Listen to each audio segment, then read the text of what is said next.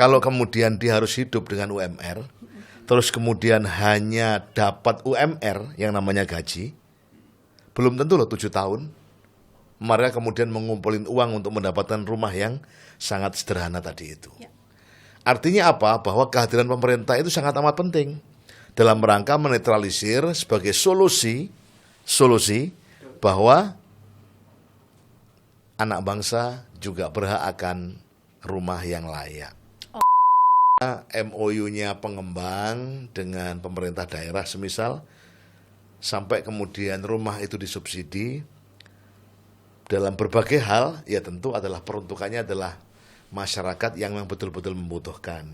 Ironinya hari ini, ya mohon maaf, kadang-kadang kemudian ada ASN yang sudah berkecukupan secara finansial, secara pendapatan, bahkan mereka menggunakan nama orang miskin, yang padahal itu adalah bagian daripada aset mereka. Jadi kalau kemudian hunian itu ada di jalan provinsi, ya tentu sebisa mungkin pemerintah provinsi untuk memberikan akses yang cukup.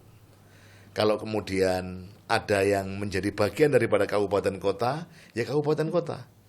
Tapi ini bukan soal masalah akses. Sekali lagi, mulai sanitasi, IPAL komunalnya, tapi jangan lupa kemudian juga jaringan internetnya, bagaimana wifi-nya. Ini tentu sudah menjadi bagian tak terpisahkan daripada era-era digital seperti ini. Ingat, kata-kata layak itu berarti kata bendanya adalah pemerintah juga harus hadir. Pemerintah juga harus hadir. Rumah selayak apapun kalau kemudian IPAL-nya, kalau kemudian sapitengnya tidak dikelola dengan baik, akan merembes kemana-mana dan mencemari lingkungan. Betul. Maka kemudian negara hadir harus mulai dari hulu sampai ke hilir.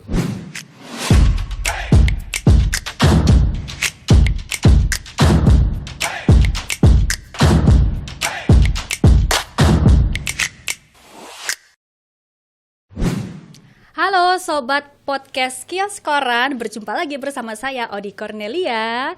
Dan di podcast di Kios Koran ini kita akan membahas segala hal yang berhubungan dengan kebutuhan masyarakat yang pasti dengan yang independen dan juga mewakili hati rakyat Indonesia, khususnya rakyat Jawa Timur. Dan sudah bersama saya Bapak Haji Ahmad Tamim, Wakil Ketua Komisi DPKB. Selamat datang Bapak Tamim. Selamat datang. Apa kabar? Pemirsa. Oh, warga pemirsa tuh. Ada panggilan baru lagi untuk penonton podcast Kios Koran ini ya. Pak, warga Kios Koran gitu. Pak Tamim, ini kan sedang lagi gencar-gencarnya ya pemerintah itu membangun rumah subsidi untuk masyarakat yang berpenghasilan rendah atau MBR. Sebetulnya indikator MBR dulu aja deh Pak, itu apa? Jadi begini, Odi ya, ada beberapa hal yang agar supaya diskusi kita runtut. Ya. Yang pertama komitmen pemerintah. Komitmennya adalah pemerintah menyediakan rumah bersubsidi. Tentu rumah ini adalah peruntukannya untuk masyarakat yang memerlukan subsidi. Artinya berarti untuk warga yang memang perlu untuk disubsidi. Atau bahasanya adalah warga miskin, kira-kira begitu. Oke. Tetapi jangan kemudian asal-asalan. Komitmennya adalah rumah murah, rumah bersubsidi. Tapi juga rumahku adalah surgaku. Amin. Nah, pemerintah terkait dengan rumahku adalah surgaku, tentu secara konsepsinya, rumah ini juga layak huni. Rumah ini juga adaptif. Rumah ini juga kemudian fasilitas umumnya tersedia dengan baik. Sehingga dipastikan bahwa masyarakat kita secara standar mereka mendapatkan hunian yang layak. Oke. Gitu, masyarakat yang seperti apa Pak? Misalnya saya dilihat dari bagaimananya di screening itu misalkan warga ini, oh ini layak untuk mendapatkan rumah subsidi. Nah, kalau diskusi itu malah lebih luas lagi. Ya. Sekarang ini kalau kita melihat UMR saja katakan di Surabaya. Ya, 4,2 juta sih. Nah, kalau kemudian dia harus hidup dengan UMR, terus kemudian hanya dapat UMR yang namanya gaji, belum tentu loh 7 tahun. Mereka kemudian mengumpulin uang untuk mendapatkan rumah yang sangat sederhana tadi itu. Ya. Artinya apa? Bahwa kehadiran pemerintah itu sangat amat penting dalam rangka menetralisir sebagai solusi bahwa anak bangsa juga berhak akan rumah yang layak. Oke, misalnya contohnya saya berpenghasilan UMR Kota Surabaya. Apakah saya menjadi salah satu ini Pak target untuk mendapatkan rumah subsidi? Nah, tentu ini harus disinkronkan juga dengan yang namanya rencana tata ruang. Oke. Orang Surabaya, Kota Surabaya, ya agak minggir sedikit. Tentunya di Sidoarjo atau mungkin di tempat yang lain, Gresik, atau mungkin di Mojokerto. Nah, kalau kemudian yang di Kota Surabaya kemudian dapat dari Kota Surabaya, yang nggak dapat juga, tanahnya juga tidak ada. Betul. Barangkali kalau yang Kota Surabaya yang kemudian digagas oleh pemerintah adalah rumah susun. Ya. Rumah susun ini tidak hanya Kota Surabaya, pemerintah provinsi juga membangun di berbagai kota termasuk di Surabaya, termasuk di Gresik, termasuk juga di Sidoarjo. Rumah susun itu adalah hunian yang menurut kami hunian yang layak huni sih, tetapi menyebutnya adalah rumah darurat. Yang tentu harapannya mereka tidak perlu terlalu lama di situ ketika mereka sudah berkemampuan untuk kemudian mendapatkan rumah yang layak. Oh gitu, jadi seperti rumah transit saja ya Pak rusun ini difasilitasi oleh pemerintah? Transit yang artinya tidak kemudian jam dan waktu, tapi transit bahwa mereka harus diupayakan untuk kemudian berpindah ke rumah yang layak huni. Oke, baik Pak. Jadi kalau untuk minat dari warga Kota Surabaya lah ya kita contohkan, minatnya bagaimana Pak? Antusiasmenya untuk bisa mendapatkan rumah subsidi? Bukan soal minat ini Odia, tetapi bahwa negara harus hadir, pemerintah harus hadir. Ya tentu agar supaya kemudian bisa lebih luas, maka diupayakan untuk bersama dengan pihak ketiga. Makanya saya sepakat dengan berbagai kabupaten kota yang kemudian menggandeng swasta, menggandeng pihak ketiga, yang kemudian fasumnya ini distandarkan, bahwa mereka juga ada tempat ibadah, ada tempat untuk bermain, kemudian untuk ada area hijau, syukur baik terkoneksi dengan kebutuhan dasar. Artinya bahasanya orang kampung itu, ya nek iso omahe jangan kemudian di tengah hutan. Ya deket-deket. Nah, artinya kalau mereka kemudian berbelanja, ya tidak pun langsung sebagaimana apartemen yang terconnecting dengan mall, tapi tidak terlalu jauh untuk kemudian berbelanja tentang kebutuhan-kebutuhan dasar. Ya. Oh jadi desain perumah itu seperti perumahan klaster gitu ya Pak ya? Tidak terlalu bisa kemudian dihuni dalam bentuk besar sih Odia. Karena satu, pengembang untuk mendapatkan area juga tidak terlalu luas. Belum tentu kemudian area yang ada itu diizinkan oleh desa atau kelurahan.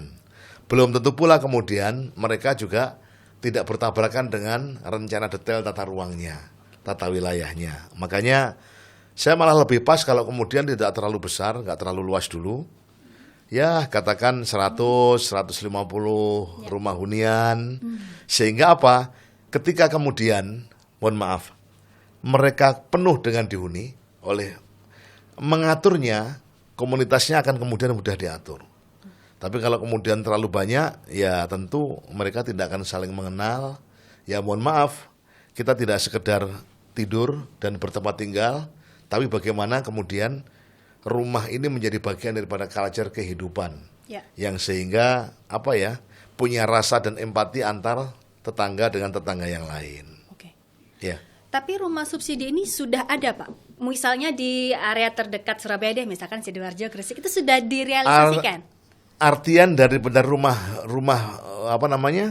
bersubsidi ini bukan kemudian setiap unit terus kemudian diberikan subsidi, tapi ada domain yang kemudian itu domainnya pusat, domainnya daerah.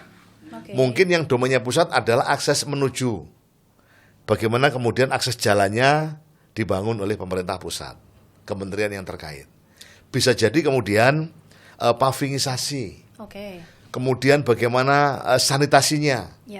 Ini yang kemudian pengembang ini nilai jualnya tidak terlalu mahal karena ketemunya di berbagai yang namanya fasilitas umum itu kemudian dibantu oleh pemerintah pembangunannya. Untuk estimasi kisaran harganya Pak, itu paling mahal aja berapa dan ukuran berapa? Nah, kalau bicara soal itu ya tentu soal namanya jasa keuangan ya. Jadi yang kami tahu karena kemampuan daripada masyarakat untuk kemudian membeli tentu tidak cukup waktu kalau membelinya dalam bentuk uang yang cash, maka kemudian bisa jadi sampai 15 tahun angkanya, apa namanya? Oh, ini KPR-nya ya. KPR-nya. KPR-nya Ya tentu 15 tipenya tahun. ya tipe yang ini, yang dulu yang 36, 36 ya. yang kemudian 45, ya tentu kadang-kadang kan karena ruasan tanah ini kemudian tidak mesti datar. Nah, itu biasanya terus kemudian ada perbedaan ya antara katakan 36 kemudian sampai kemudian 45. Jadi masih manusiawi ya Pak ukurannya. Kan sempat viral tuh yang di luar kota, di luar Jatim, sampai viral di mana-mana. Ini rumah ukuran sekian, ini tidurnya di mana, ruang tamu jadi satu dengan ini. Ya ada juga sih. Oh, ada, oke. Ada Itu juga yang bagaimana, Pak? seperti itu. Cuman kan yang namanya nyaman itu kan ya selain hunian yang cukup, artinya bisa luas, cukup itu kemudian standar sebagaimana umumnya layak hunian, tapi kan layaknya itu adalah keluarga yang kemudian sering bisa menerima keberadaannya. Sakinah mawaddah warahmah ya Pak. Lah kok jadi pinter begitu? Itu seumpama nih Pak, saya MBR, bagaimana saya supaya bisa mendapatkan rumah subsidi itu? Secara teknis saya harus bagaimana? Atau pendataan dari RT RW dulu? Atau Iya bagaimana? tentu Oni, administrasi dasarnya kan harus terpenuhi. Kalau kemudian mereka berkemampuan secara keuangan, ya itu nggak mungkin akan mendapatkan itu. Karena MOU-nya pengembang dengan pemerintah daerah semisal, sampai kemudian rumah itu disubsidi, dalam berbagai hal, ya tentu adalah peruntukannya adalah masyarakat yang memang betul-betul membutuhkan. Ironinya hari ini, ya mohon maaf, Ya. kadang-kadang kemudian ada ASN yang sudah berkecukupan secara finansial, secara pendapatan, bahkan mereka menggunakan nama orang miskin, yang padahal itu adalah bagian daripada aset mereka. Ini yang kemudian menurut saya disalahgunakan. Ayolah kita berbagi. Betul. Negeri ini dibangun dasarnya adalah merdeka, bersatu, berdaulat, adil dan makmur. Kalau peruntukannya adalah untuk warga miskin, ayolah berikan kepada mereka yang berhak. Jangan kemudian diambil dengan atas nama lain. Iya betul Pak. Berarti kejadian seperti itu ada. Ya tidak hanya ada. Cuman karena kemudian sanksinya ya nek ketemu ya diurus, nek gak ya kemudian dibiarlah angin berlalu. Lah ini Ya, akhirnya- nasibnya rakyat-rakyat yang membutuhkan Kalau ada ini. temuan seperti itu bagaimana Pak? Cara kita melaporkannya atau apa? Dari awal saya tadi menyarankan adalah pemerintah daerah terlibat. Pemerintah daerah menjadi bagian daripada subsistem yang kemudian akan mencetak culture dari hunian itu sendiri.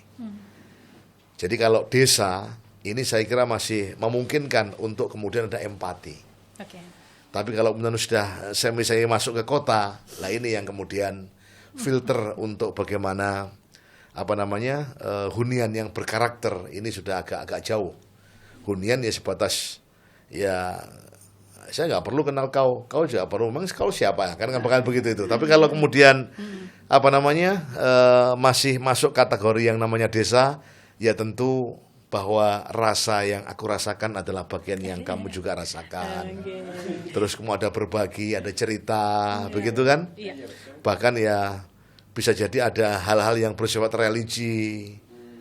Saya ada tempat tinggal di Malang, di dekatnya kampus Unisma, di belakangnya, sangat religi sekali. Rasanya tidak enak kalau dengan adzan, dengan suara adzan kemudian kita tidak berangkat sholat. Karena apa? Tetangga kita ya melakukan hal yang sama. Nah, tapi di tempat yang lain, mohon maaf, saya dengar informasinya atas kesepakatan warga, kami tidak terima anak kos.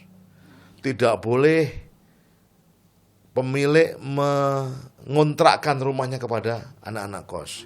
Ya, karena apa ya? Mohon maaf, ini bukan kami menyinggung siapa-siapa. Setelah saya tanya, kenapa nggak boleh? Gimana Pak? Oh, dia nggak ngerti siang, nggak ngerti malam. Malam-malam teriak-teriak, yang kami kemudian terganggu. Nah, artinya apa? Tidak sekedar membangun yang namanya sarana prasarananya, tapi juga membangun dan menciptakan bagaimana sarana kulturnya. Ini adalah rumah yang kemudian diidamkan oleh masyarakat Indonesia. Ya. Pak, kalau rumah subsidi itu kan biasanya ya banyak kritik. Kok lokasinya jauh banget ya dari tempat kerja saya. Ada nggak mungkin akan membangun infrastruktur jalan yang langsung set ke arah tempat kerja, ke arah tengah kota gitu misalnya? Ya tentu kalau kemudian melayani dari seluruh penghuni ya tidak mungkin lah nih. Ya. Tetapi bahwa yang namanya perangkat dasar tadi saya sampaikan terintegrasi. Betul. Terintegrasi itu begini. Jadi kalau kemudian hunian itu ada di jalan provinsi, ya tentu sebisa mungkin pemerintah provinsi untuk memberikan akses yang cukup. Kalau kemudian ada yang menjadi bagian daripada kabupaten kota, ya kabupaten kota. Tapi ini bukan soal masalah akses. Oke. Sekali lagi, mulai sanitasi, IPAL komunalnya, tapi jangan lupa kemudian juga jaringan internetnya, bagaimana wifi-nya. Ini tentu sudah menjadi bagian tak terpisahkan daripada era-era digital seperti ini untuk kemudian memudahkan, mengconnecting dari seluruh kebutuhan dasar masyarakat kita. Betul. Tapi kalau untuk ini Pak Tamim, bagaimana mereka misalnya sudah punya rumah subsidi, KPR 15 tahun, ternyata di tahun kelima udah nggak mampu bayar Pak. Kira-kira gimana? Bisa dijual lagi atau Ada diambil? kasus atau yang bagaimana? kemudian agak berat ketika COVID ya. Oke. Jadi COVID ini kan hampir seluruh yang namanya pengembang ini kan bermitra dengan perbankan. Hampir seluruh pengembang bermitra dengan perbankan. Ya. Teman saya juga pengembang di Sidoarjo. Oke. Nah, apa yang terjadi? Ketika dia sudah kasih DP kan dia menempati. Ya, betul. Nah, setelah menempati tahu-tahu banknya angkat tangan. Nggak mungkin kami lanjutkan, Pak.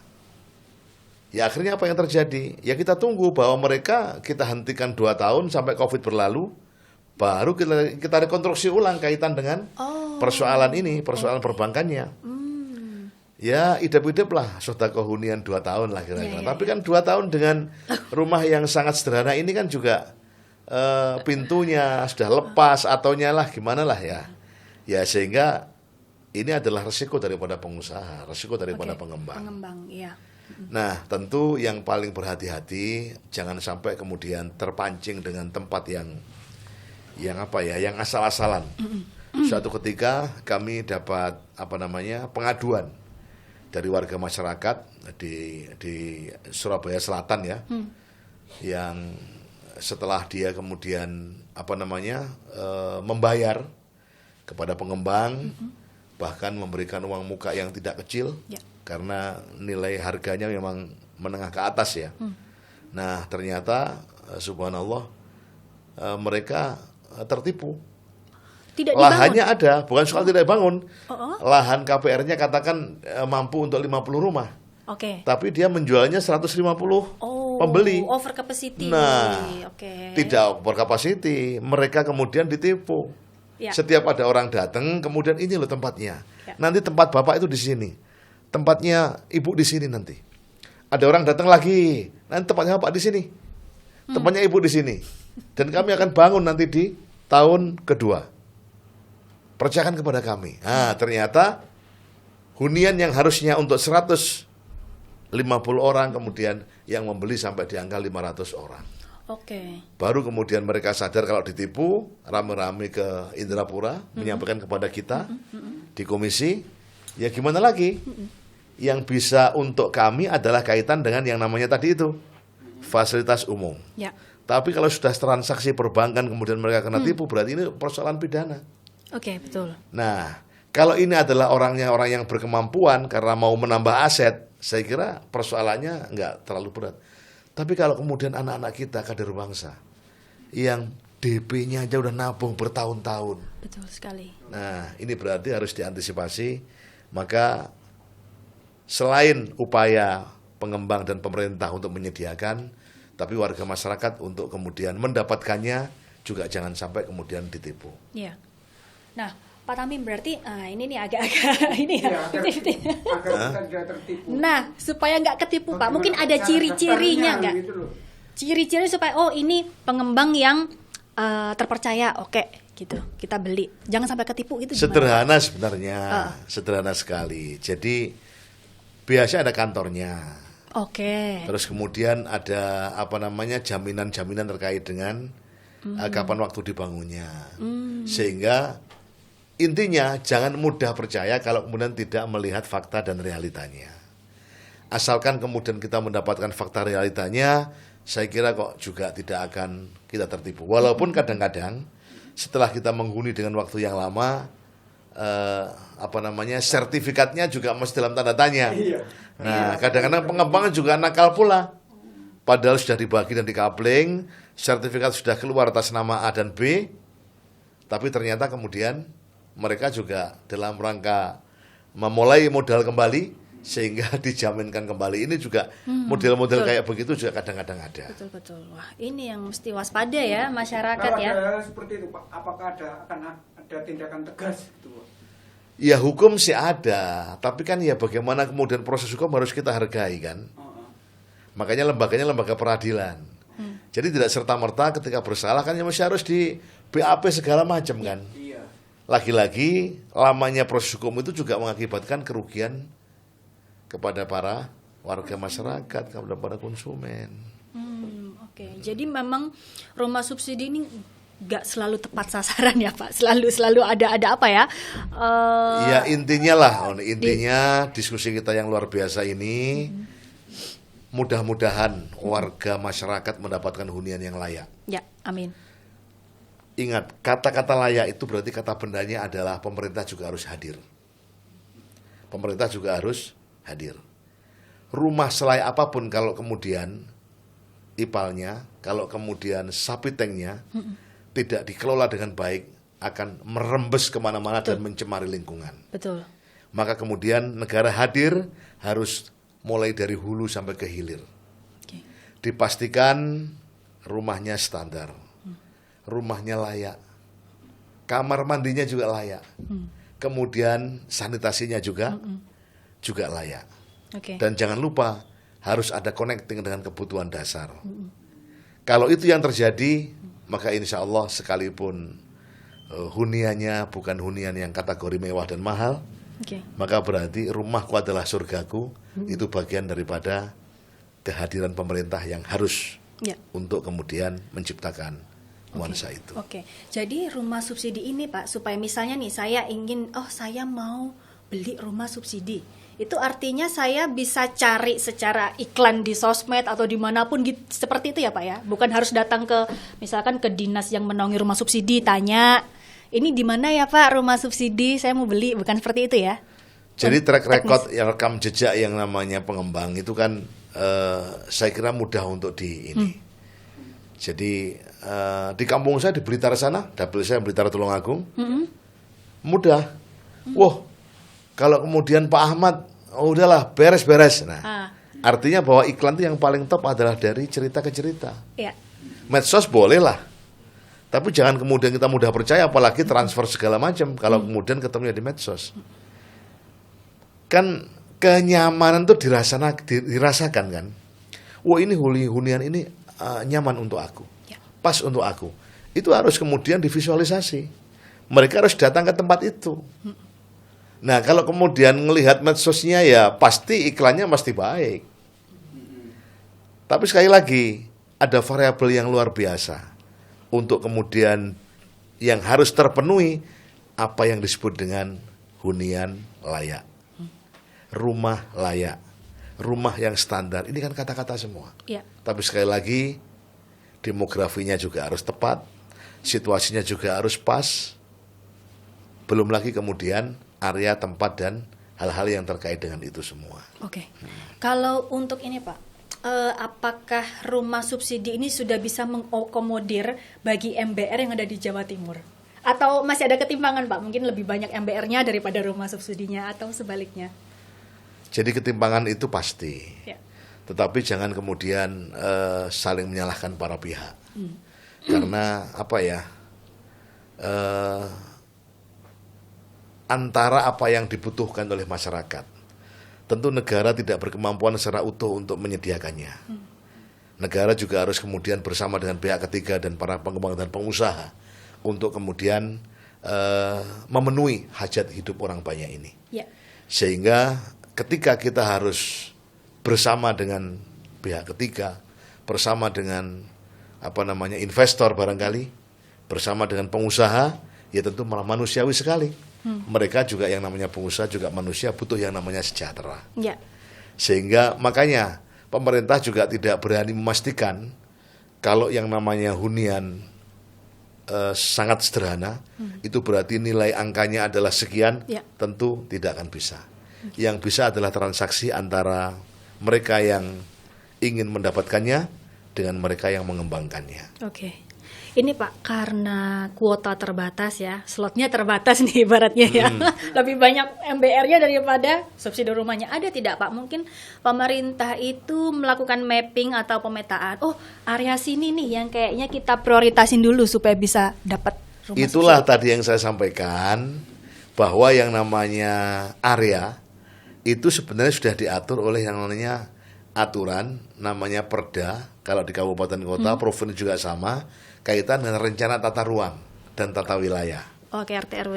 Nah, selagi kemudian mereka melanggar atau karena kebijakan yang kemudian dimanipulasi, maka tentu akan berakibat di kemudian hari. Nah, itulah yang kemudian harus ditaati. Bahkan kadang-kadang ada kesengajaan bahwa kabupaten kota sengaja tidak terlalu detail terkait dengan tata ruangnya. Harapannya apa? Untuk menjawab kepentingan-kepentingan yang sesaat tadi itu. Nah, maka sekali lagi ini urusan pemerintah ya. Ya. Ini urusan pemerintah. Rakyat tidak ngerti ini ruang area hijau atau area apa, kan nggak ngerti rakyat. Iya, rakyatnya tanya saya dapat rumah, saya tinggal nyaman gitu kan. Nah, tetapi inilah filosofi Jawa ya. Jadi memang desain masyarakat kita utamanya di Jawa ini kan desain sederhana, sehingga pindah-pindah rumah itu hal yang biasa. Jangankan yang kemudian secara mandiri dan berdikari untuk kemudian membeli rumah setelah kemudian mereka berpasangan. Bahasanya kan wis ngenek-ngenek nih lah. Maka filosofinya jadi tidak kemudian seperti orang dulu. Orang dulu itu kalau kemudian nikah, mereka bertahan dulu di tempat mertua, bertahan dulu di tempat orang tua sambil mengumpulkan bahan-bahan untuk pembuatan rumah. Ya.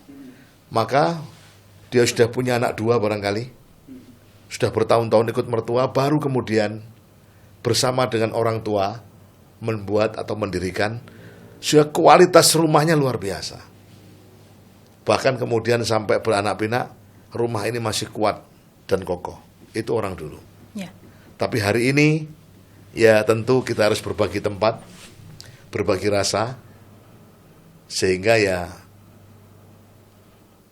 sekalipun 15 tahun kita harus kemudian mengangsur dengan menggunakan jasa perbankan, padahal janganlah 15 tahun.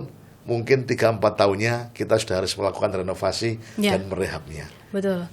Inilah kondisi yang hari ini. Maka sejatinya menurut kami, asalkan pemahaman ini menjadi pemikiran semuanya, utamanya adalah pemerintah dan pengusaha, untuk kemudian punya itikat baik yang sifatnya adalah melayani, maka pastikan huniannya adalah hunian yang layak. Ya. Tapi sejauh ini sudah ada monitoring dari Komisi D sendiri.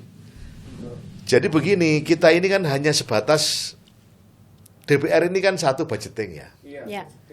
Ya, budgeting pun kan juga bersama dengan gubernur, bersama dengan tim anggaran eksekutif.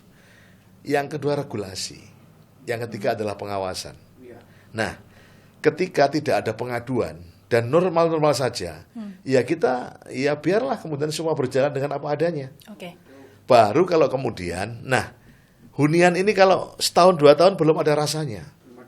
Tapi kalau kemudian sapiteng ipal komunalnya kemudian tidak diatur sedemikian rupa, pastikan nanti 10 tahun ke depan akan ada masalah. Apalagi kalau kemudian yang digunakan adalah air baku, tidak PDAM. Artinya kan ada perumahan yang kemudian di setiap rumah kemudian mengambil air dari dalam tanah. Ya, air tanah. Sumur bor. Betul. Nah, itu terjadi kemudian sapitenya nggak dibikin yang bagus dan kuat, pastilah kemudian mencemar. Ya, betul. Setahun aman, 2 tahun aman, tapi mungkin di atas 5 tahun airnya udah keruh.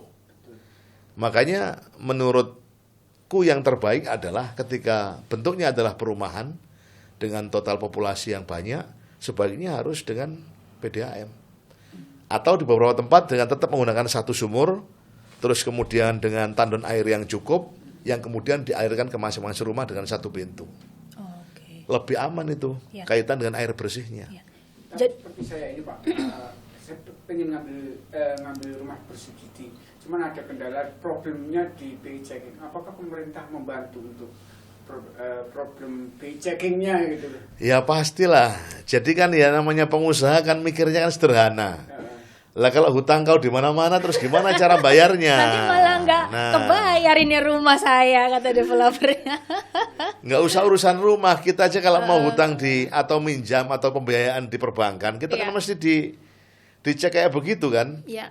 Bapak punya ini ya tanggung jawab di sini. Jadi ya walaupun ya dia menunjukkannya ya tertutup sekali kan.